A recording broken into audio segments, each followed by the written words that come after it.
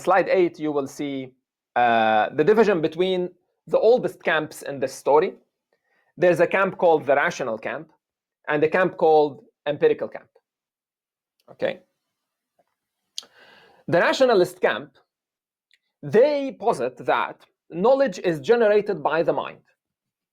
We said that there's a human being in this world, in this universe, and it's looking outwards. And as this human being looks outwards, it's receiving input.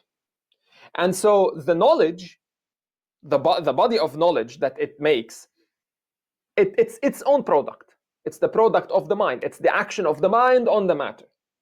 No knowledge at all can be produced without this mind. When you're asleep, when you're dead, when you're unconscious, you cannot be producing knowledge. This consciousness, this mind, this whatever it is that you want to call it. Of course, we will go into details later, but this is the earliest 17th, 16th century debate. We're starting from the very beginning, so it's a very rudimentary division. Sometimes this mind also does not even need matter, they posit, and they give examples as math, logic, philosophy, and thought experiments. All of these you can perform, you can generate something very valuable, you can generate knowledge without actually going out in the world and doing an experiment, without actually receiving any input. So the mind is the source of this knowledge. The mind is the essential thing. This rationality, not only any mind, not a crazy mind, but a rational mind, okay?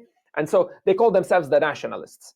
Of course, Leibniz, Descartes, Spinoza, Hegel, Heidegger, all these people are traditionally classed within this camp. On the other hand, you will have the empiricist camp. And the empiricist camp is, they view it from the other end. The empiricist camp says, this mind that you talk about is helpless without the material input. This mind depends on the material input to begin with, so it needs nutrition, it needs whatever.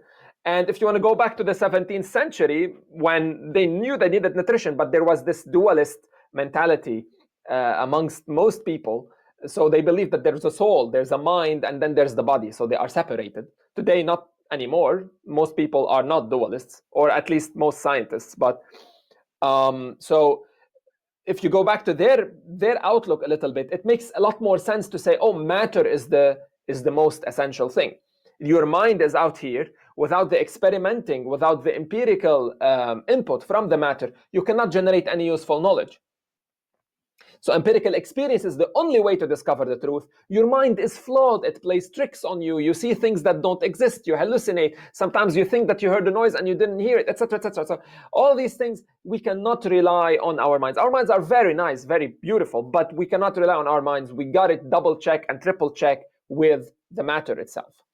And people classically in that camp are John Locke, David Hume, whom we saw last time when we did the Science is Built on Faith room, the Humean induction, if you were here, if you recall. Of course, Francis Bacon is one of the main pillars of this school back at the time. Anything from anybody up till this point, or is it a smooth sailing? Well, it is smooth sailing, but I have a question. Go ahead.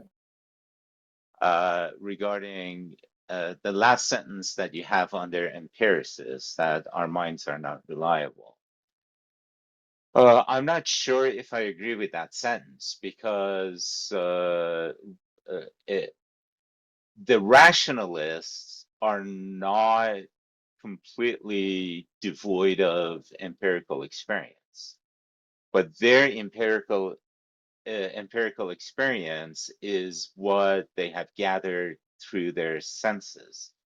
So the data by way of which they're rationalizing is the data that essentially obtained. Whereas empiricists, the data that they're using is empirically gathered. It is the same mind that is going to analyze either set of data.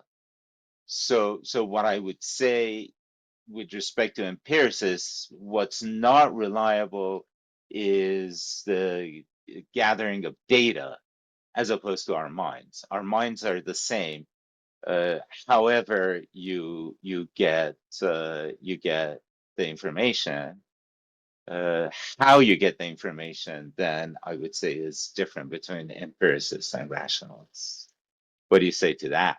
That's true, actually. The only thing is that I included the skeptic school within the empiricists. When we move along now, you will see that I put the skeptics alone. So it'll be a lot more clear. You're absolutely right.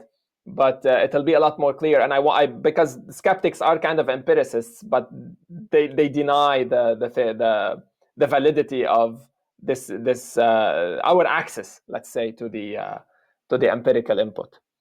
So yeah, hopefully we start with this very rudimentary, let's say, general division, and then the more we get in the details, the more I add jargon to the story, and then yeah, hopefully it'll be a lot more carefully detailed, let's say.